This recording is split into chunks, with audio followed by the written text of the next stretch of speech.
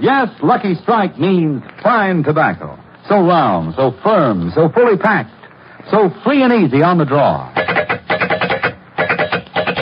LSMFT, LSMFT, LSMFT. Program starring Jack Benny with Mary Livingston, Phil Harris, Rochester, Dennis Day, and yours truly, Don Wilson.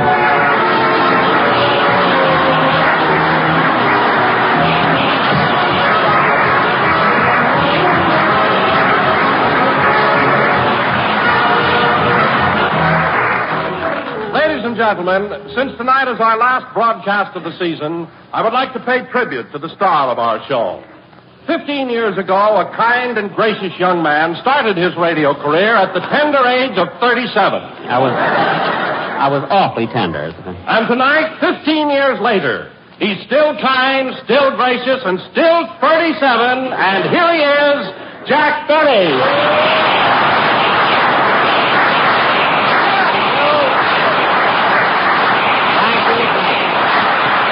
Hello again. This is Jack Benny talking. And, Don, that was a very silly statement to make. If I was 37 and that was 15 years ago, today I'd be 49. You mean 52? I can get it wholesale. Anyway, for your information, Don, when I started in radio 15 years ago, I was 22. What are you talking about? I knew you then and you had gray hair. Don, I was born with gray hair. I was worried about the doctor bill. I'm glad I didn't pay him slapping me when my back was turned. And, Don, here's an amazing coincidence. If you read it in the story, you wouldn't believe it. After all these years, who do you think is sitting in the audience this very moment? The doctor. No, his lawyer. The case comes up in court Wednesday. Anyway, Don, since this is the last program of the year, I got a surprise for you. I'm giving everybody a bonus. Here's a check for you. Well, thanks, Jack. I know it isn't much, but it'll help you get back to California. This check will help me get back to California? Turn it over, brother. There's a road map on the other side. I nearly killed that one. Good. The first good joke what I did to that. And, Don, never look a gift phony in the mouth. I want to say that right. Oh, hello. Hello, Jack. Hello.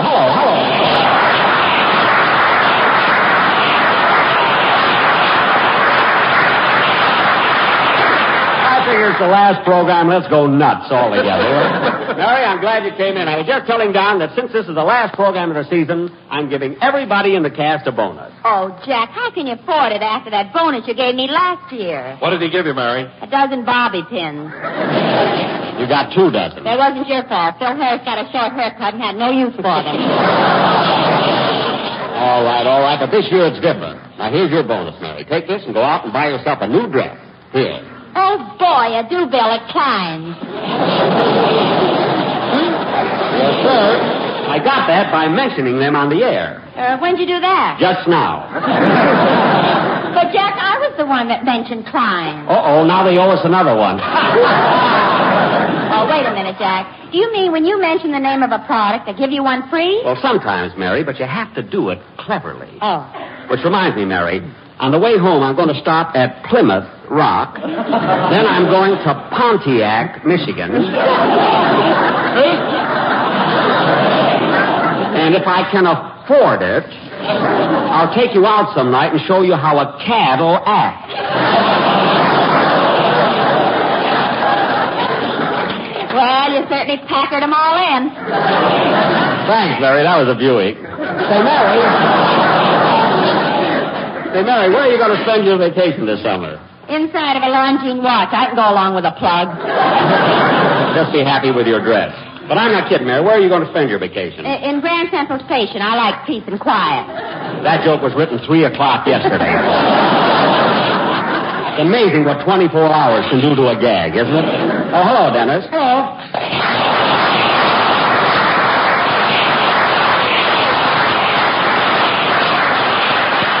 Dennis, since this is the last program of the season, I thought it would How do you feel, Mr. Benny? Fine. Dennis, since this is the last program of the season... Are you having any fun, kid?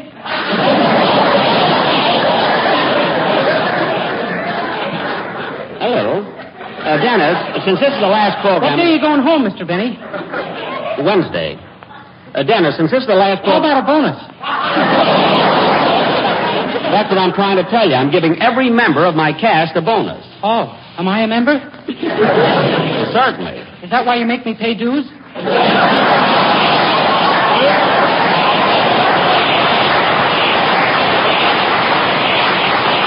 That has nothing to do with it. That money I deduct from your salary I'm putting away for your nest egg. My nest egg? Yeah, Mother Hen Benny will keep it warm for you.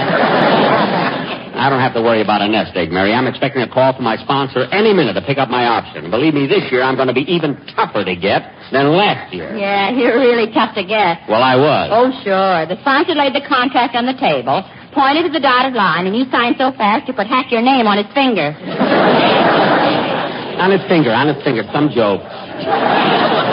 Now, let's get on with Say, it. Mr. Benny, how about my bonus? Oh, yes, Oh, wait a minute. I just happened to think of it. I gave you your bonus yesterday. Oh, yes, I forgot. Thanks very much. You're welcome. What'd you get, Dennis? A dress at Klein's.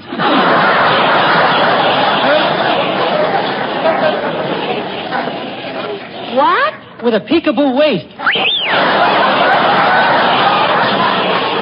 That's to take home to your mother.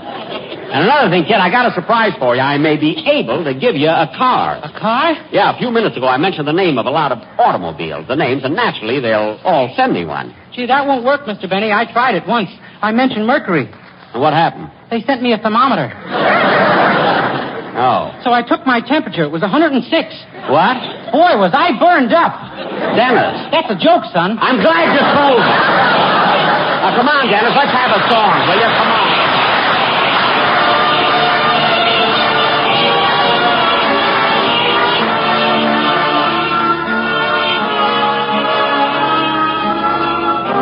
They say that falling in love, falling in love, falling in love, falling in love, falling in love, falling in love, falling in love. They say it's wonderful from Annie Get Your Gun, sung by Dennis Day. Very good, kid, and I'm happy to know that you're going to be with me next season. Mr. Benny, you tricked me into signing my contract.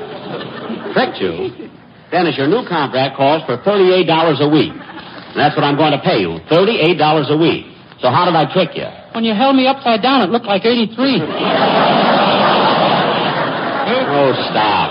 Why, Jack, that's the silliest thing I ever heard of. If you wanted to trick Dennis, why didn't you hold the contract upside down? With all the pages it had, Dennis was lighter. So let's... All right, folks, you can dry that clear. Because Harris is sure to be back next year. I'll be here. Lay that applause on them.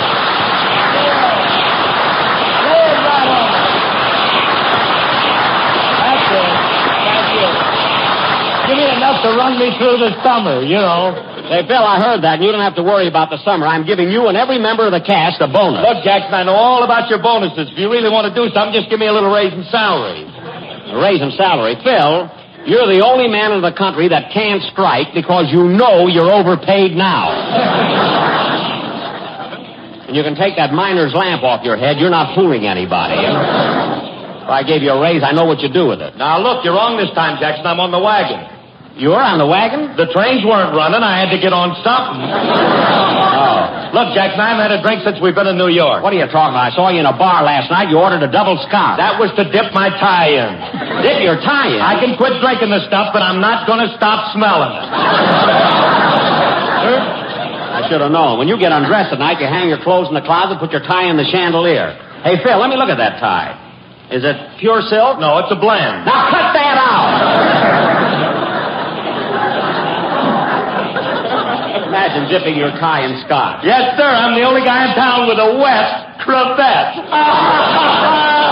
Oh, Harris, when you leave New York, they're going to hang all the comedians at half-mast. The one they should hang, they won't. People, now you know why I need a vacation. Oh, my goodness, I nearly forgot. Don, hand me that glass of water, please. I want to take this pill. Oh, here you are. Thanks. Jack, what was that pill you just took? Well, after our show tonight, I have to go over and appear on Fred Allen's program. But what was the... Benzedrine. I want to keep awake.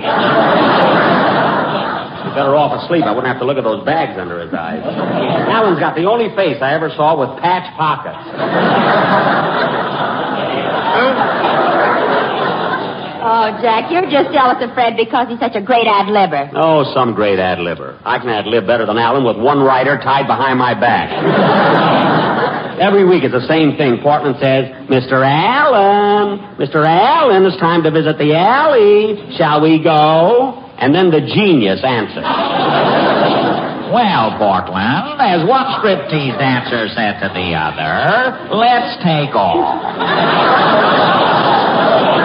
And those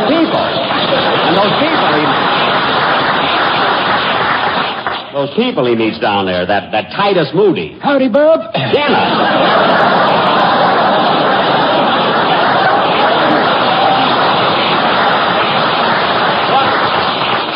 What people see in Alan, I don't know. He tries to read a script, the words get blocked by his nose, then they get kicked around by his tonsils, bounced off his adenoids, and because it comes out different than the way it's written, they say he ad-libs. Believe me, I'm better than he is. That's 3 betters. I'm 3 times as good as him. I can ad-lib. Go on. You couldn't ad-lib a yawn after a gallon of Ovaltine. I can, too. Say, Phil, you were on Alan's program last week, weren't you? Yeah. And say, Jackson, you want to know something? What? Did you know that I found out something about Senator Claghorn? Oh, what? He's from the South. No. So help me, Petrillo.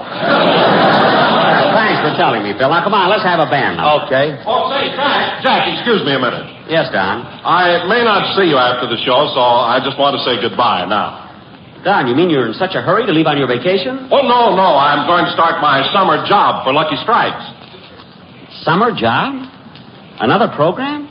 No, I'm going down to North Carolina and pick tobacco. Pick tobacco? Don, you mean our sponsor is making you do that? Oh, no, Jack. I begged him for the opportunity. You what? Just think of it. The whole summer feeling those tobacco leaves. But, Don, look. That's fine. That light, that naturally mild tobacco. But, Don, spending your whole vacation picking tobacco? That's my pleasure, Jack. Tobacco that goes into Lucky. Wonderful. That makes that strike.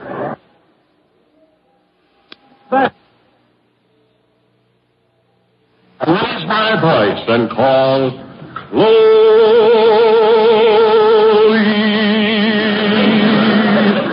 I can just hear you doing it. And as I wait by the magnolia tree, from over the Everglades will come Cleo's answer. That's Chloe's.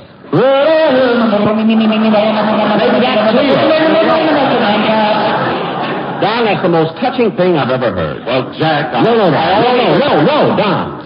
Don't say anything to spoil it. Play, Phil.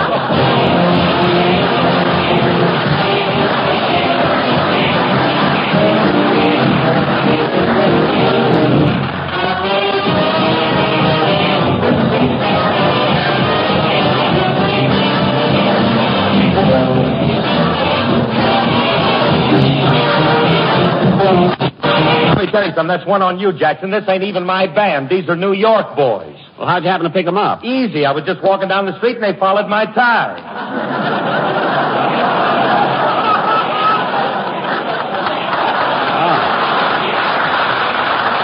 Oh. Turn loose, Max. Not till after the show. No matter where we go, Phil, you always get the same... I'll get it. Hello? Hello, Mr. Benny. This is Rochester.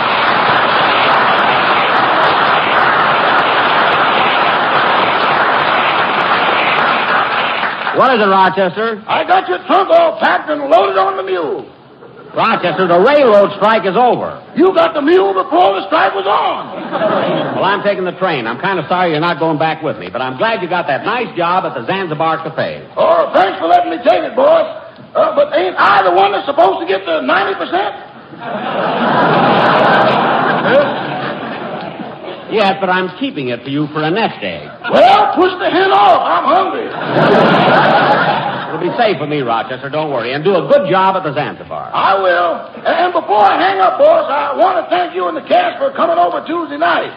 The audience sure laughed when you got up and told those jokes. Yeah. And Rochester, I bet nobody there dreamed I'd get up and play the violin. Obviously, the place was full.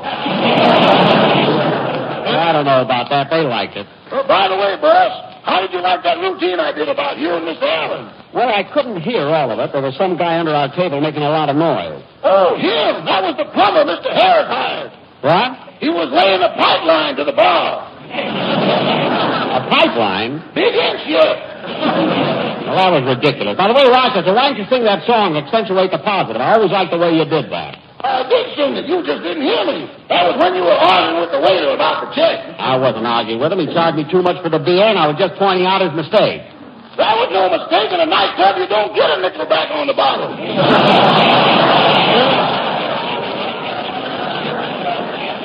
Clip joint. Anyway, Roger, you go on and have a good time here, and I'll see you when you get home. And by the way, I have a little bonus for you. I'll mail it to you. Never mind. I'll go down to Klein's and pick it up myself. All right, goodbye, Rochester, and good luck. So long. Au revoir, that is.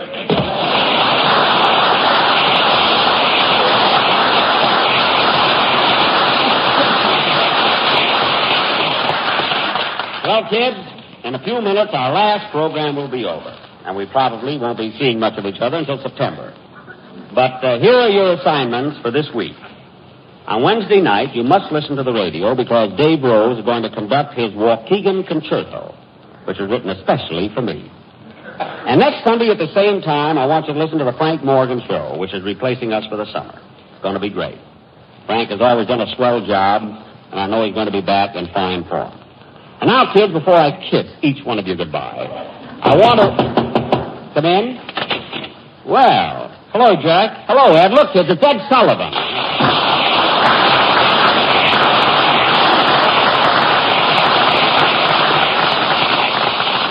Ed, it was nice of you to drop in on my last program. You know the gang, Mary, Don, Dennis, and Phil. Yes, Jack, I've met them all except Phil. Yeah, we ain't never had the pleasure. Well, I'll remedy that. Phil, I'd like you to meet Ed Sullivan. Ed is the famous columnist. Well, hello, Ed. When'd you leave Moscow? I said columnist.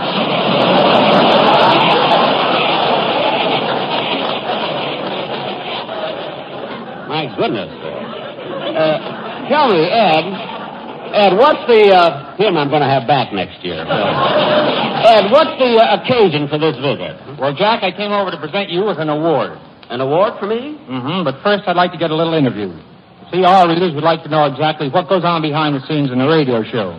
You know, who are the people behind the performance? Well, let's see. First, I must give credit to my writers. John Tackerberry, Milt Josephsberg, George Balzer, and Sam Perrin. I think they're four of the smartest, cleverest, funniest, and most intelligent writers in the business. Well, Jack, it's very nice of you to say that about your boys. They wrote the line. He had to say it. Mary. But, Ed, you can take my word for it, they're very clever. Oh, I know that, Jack, and I've heard a lot about them. Jack, isn't it true that Sam Perrin and George Balzer are at the Broadway show Are You With It? Yes, they did that with my permission. And didn't John Tackerberry write that song, Pickle in the Middle? Yes, he did that with my permission. And isn't your other writer, Milt Josephsberg, expecting a baby soon? Yes.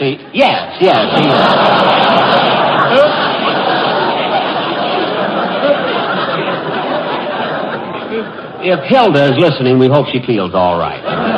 Well, now, Jack, who are some of the other people who are important to your program? Well, there's my special assignment man, Hilliard Marks, producer Bob Ballin, musical director Malin Merrick, secretary Jane Tucker and Bert Scott, and last but not least, Herman McShaughnessy. Herman McShaughnessy? What does he do? He explains Dick Tracy to Phil Harris. Now, on the acting side of the ledger, we have Mel Blanc, who plays the part of my French violin teacher, also my parent. Artie Auerbach, the hot dog salesman. Sarah Berner and Bea Benaderet, who played the telephone operators. Dick Lane, who plays the part of Steve Bradley, my press agent. Janine Roos, who played Phil Harris's little daughter. Frank Nelson, who always pops up on the show, looks at me and says, yes? And Joe Kearns, the keeper of my vault. Mr. and Mrs. Ronald Coleman, who really own this program, but let me guest star on it during the weeks they're off. My NBC engineers, George Foster and Charlie Buck. My sound men, Floyd Caton and Parker Cornell. And finally, Wilbur Klingenpeel. Wilbur Klingenpeel? He explains Dick Tracy to Herman McShaughnessy.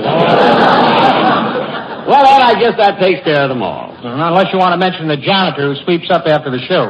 No, he left me and is now writing for Fred Allen. Now, Ed, how about... Mr. Sullivan, would you mind putting something in your column for me? Why, not at all, Dennis. I'll be glad to. What's the occasion? My mother had a baby. Well, that is news. When? 22 years ago. Dennis. What's his name? Oh, stop it.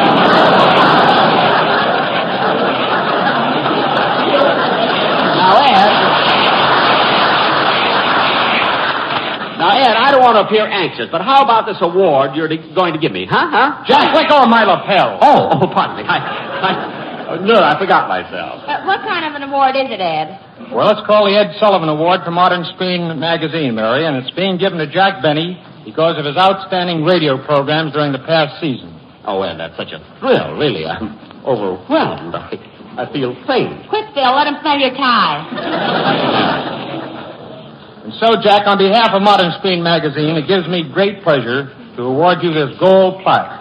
Gee, thanks.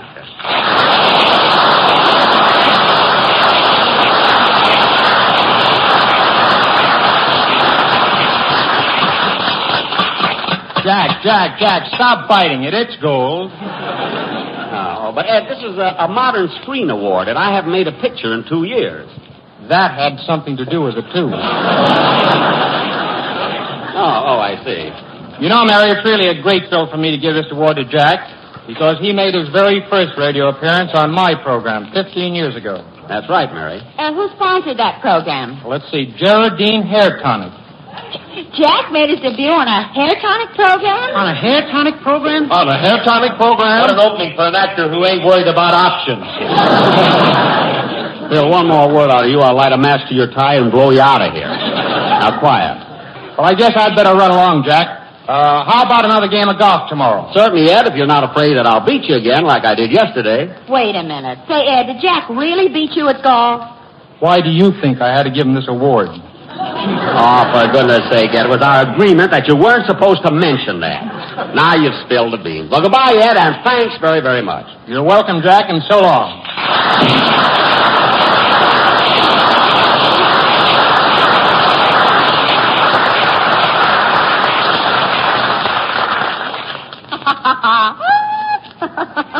What are you laughing at? Nothing, Jack, but if you could get Joan Crawford into a game of golf, maybe you'd win an Oscar. Mary, don't be so... Say, I wonder if Joan does play golf.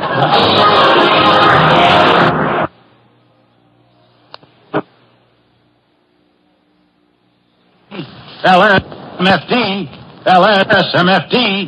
At the same time. Again, I want to thank everybody associated with this program and also all of my listeners, even those of you who can't stand Jack Benny.